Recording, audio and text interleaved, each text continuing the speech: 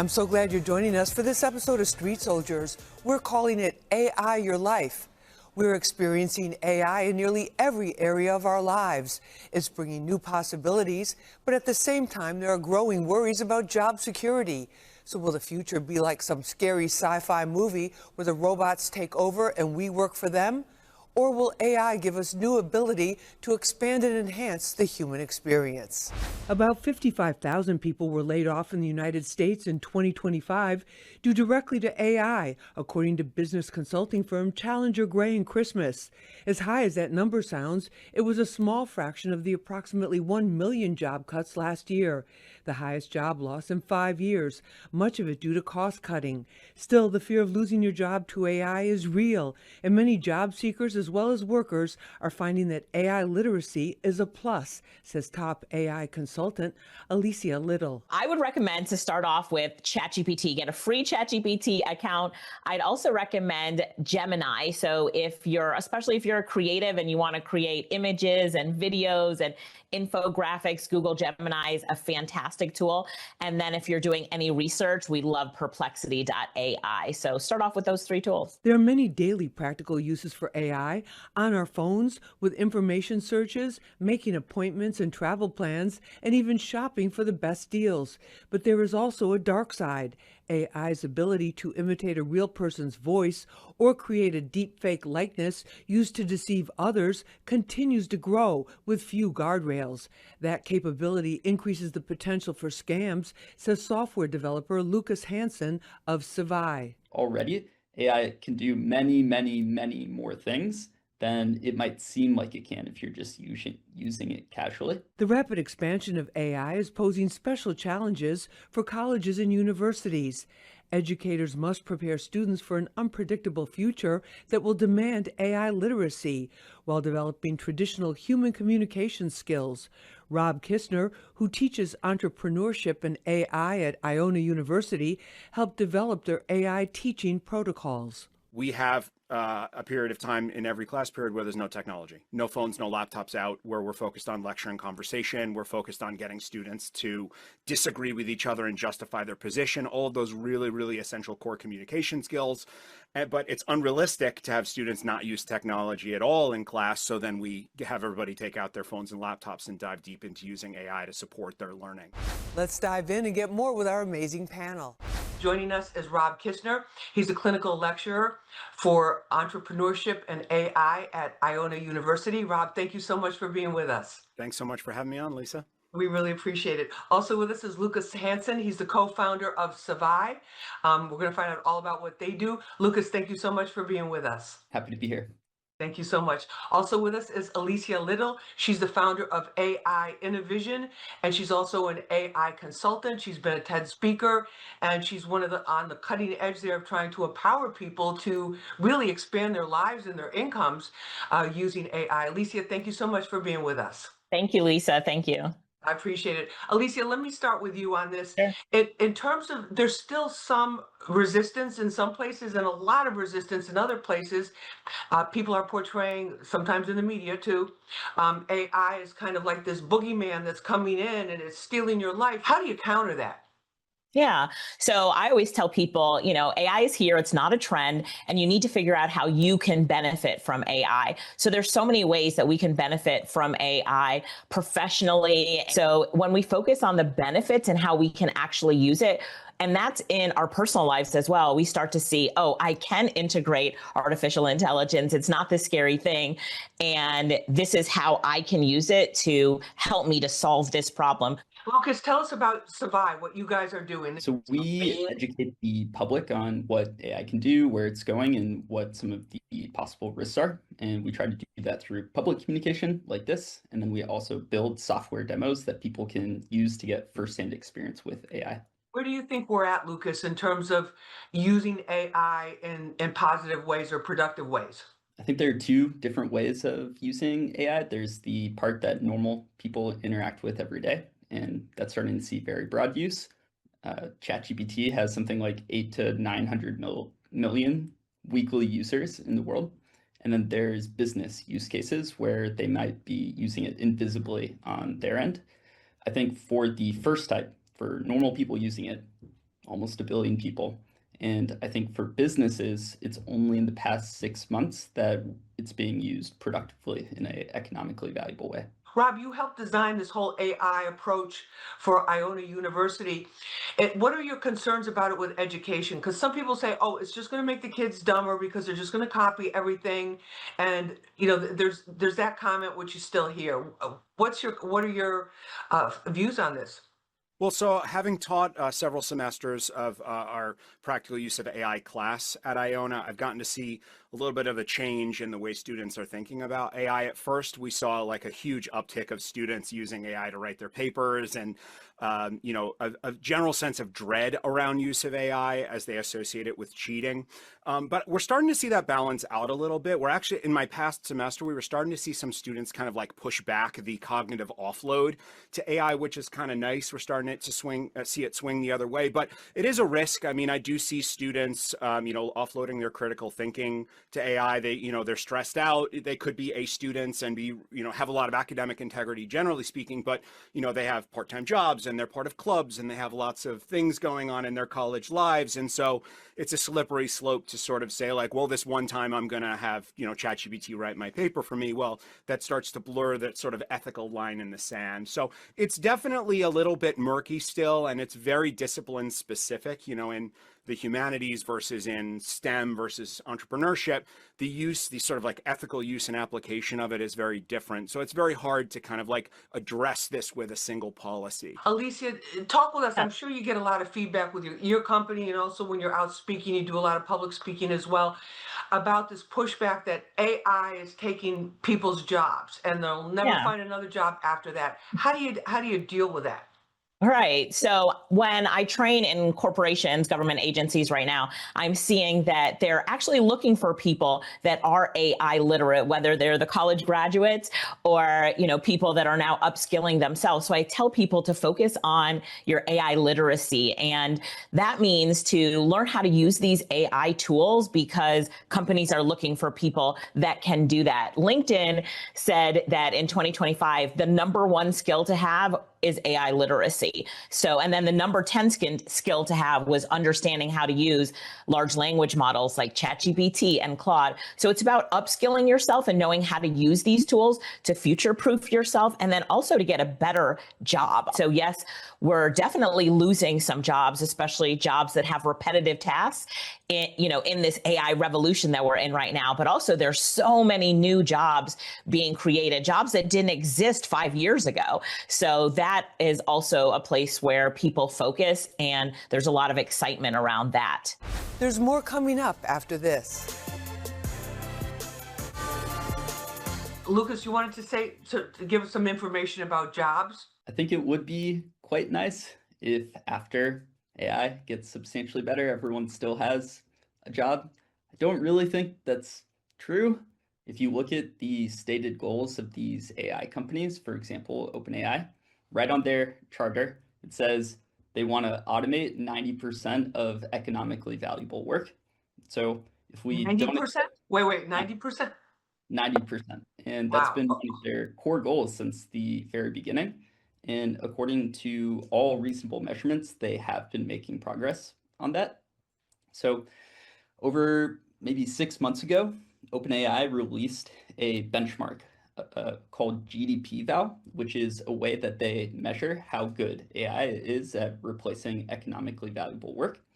In the beginning, gross domestic product, right? The productivity. Right. Yeah, and they collected a lot of different tasks from 40 different industries. They interviewed people in these industries, so like real estate and finance and lawyers and programmers, and tried to figure out what they did on their day-to-day. Specifically, the sort of work that they did that required interacting with a computer. And in the beginning, AI only did at least as well as a human, something like 30% of the time, which is already very high. But now already it matches or beats humans something like 70% of the time.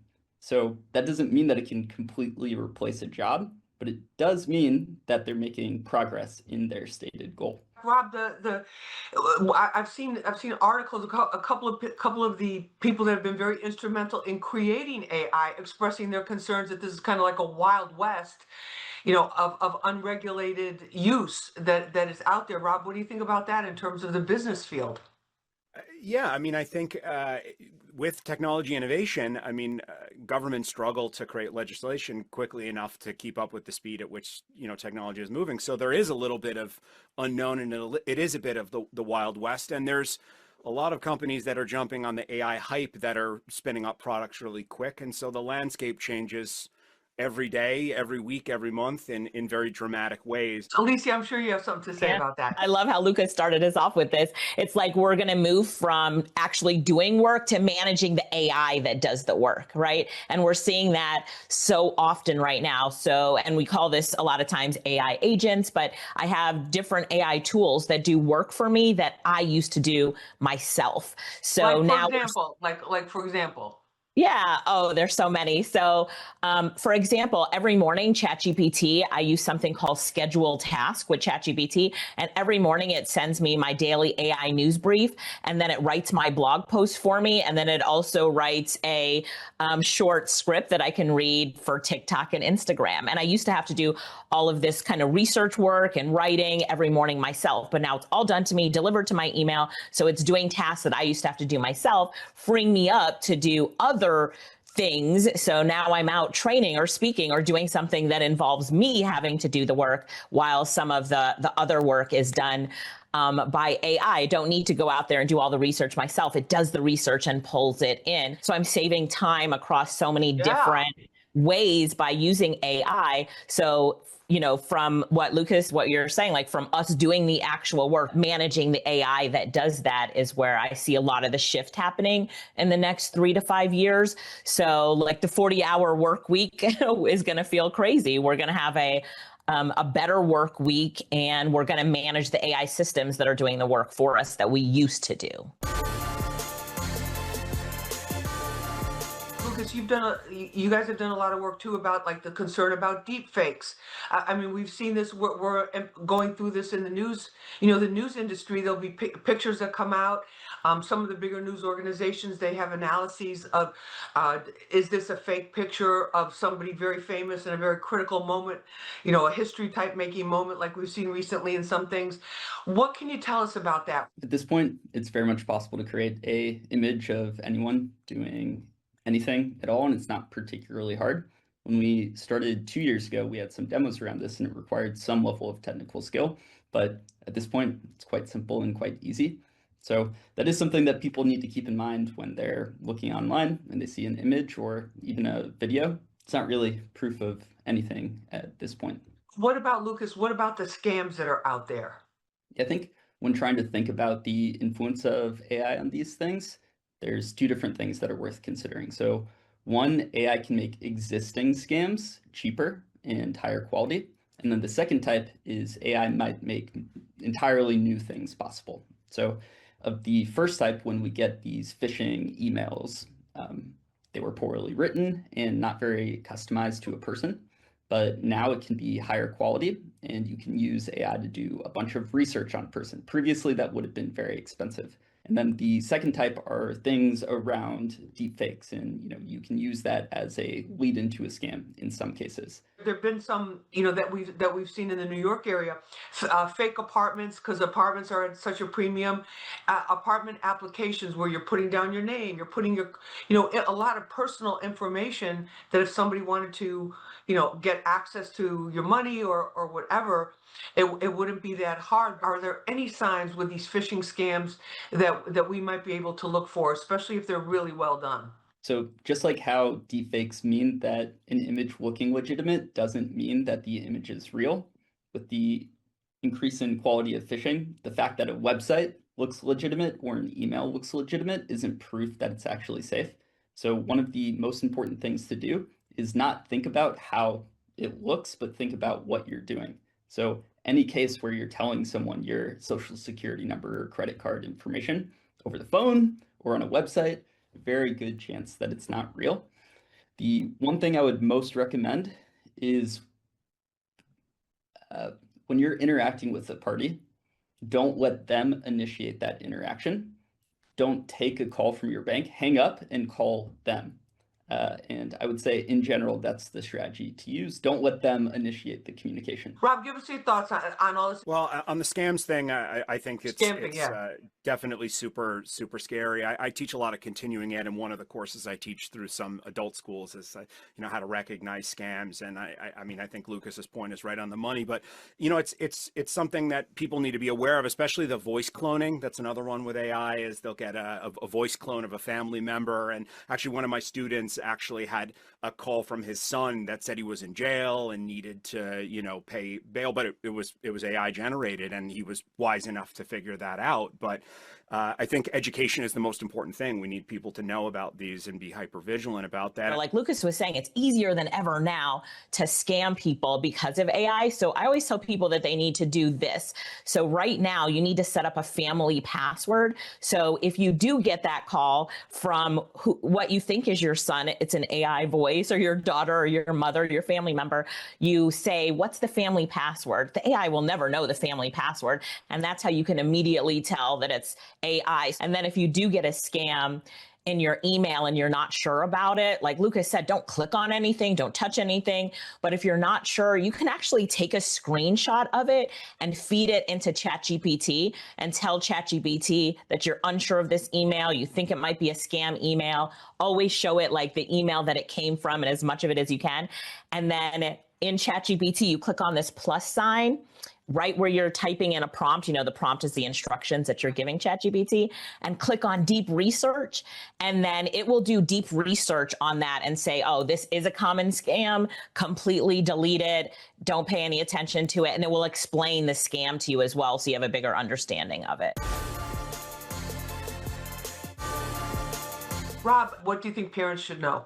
The most important thing that parents can do is educate themselves on AI. They need to learn about the AI landscape. They need to learn about the positives and negatives. They need to learn about the ethical implications of kids using it, both for learning as well as for leisure, and all of the other nefarious things that can come associated with technology. I think they also need to be teaching their kids how to use this technology appropriately and how not to. And Lucas, a lot of fields we think that, okay, as it gets more advanced and more sophisticated, that's a great thing. It's going to benefit humanity but that might not be the case with AI. Tell us about your concerns there. So I think there are certainly benefits, and it's getting better a lot more quickly. I think programmers have a bit of a vision into the future for these things, and I'm a programmer myself. A year ago, you could only use AI to help with very basic programming problems, and now hundreds of thousands of people will ask AI to do something, and it will just run for a half hour straight and solve some very, very complicated problem. I expect we'll continue to see that in the future. But if you have something that's more capable, that necessarily means that it can also be a bit more dangerous. If it can help automate a person do a productive job, that also means that it could be used for hacking. I think there's going to be many, many, many individuals and small businesses that are completely ground to a halt over the coming year or two when attackers are using AI for that sort of stuff. Alicia Little, tell us about, you have some great advice on your website in terms of like different programs or different things that people should start with. What should people, like right now, after if they watch this or listen to this, what should they really do if they want to say, let me just find out more right now? Yeah, I would say start off with one tool first. We talked a lot about ChatGPT. So start off with ChatGPT and just sign up for a free account if you don't have one already. And I'm just going to ask them to do two things, though, just to secure their ChatGPT account. So go into your ChatGPT account, click on settings, and then click on security. And where it says multi-factor authentication, turn on multi-factor authentication and follow the instructions. This makes it harder for a hacker to get into your ChatGPT account, so you'll feel a little bit more comfortable using it. And then the next one is click on the data controls. And at the very top, it says, turn off, like it's the data privacy, and you want to turn it off. It's where it allows ChatGPT to take your information and use it to train the model. Turn that off. And if you do those two security settings and then you start to use ChatGPT, you'll feel a little bit more comfortable using it. Lisa, I host free training every month. So that's called the AI Business Summit, and it's at aibusinesssummit.com. It's completely free. I'm teaching them the different tools that they can use and how it can benefit them. And then it's workshop style. well. So they're actually working it and using it. Thanks for joining us for this episode of Street Soldiers on how to AI your life. You can watch it again and share it on our Fox5 NY YouTube page and the free Fox Local app. Remember, use your mind. It's your best weapon. I'm Lisa Evers. Let's push for peace, love, and justice for all.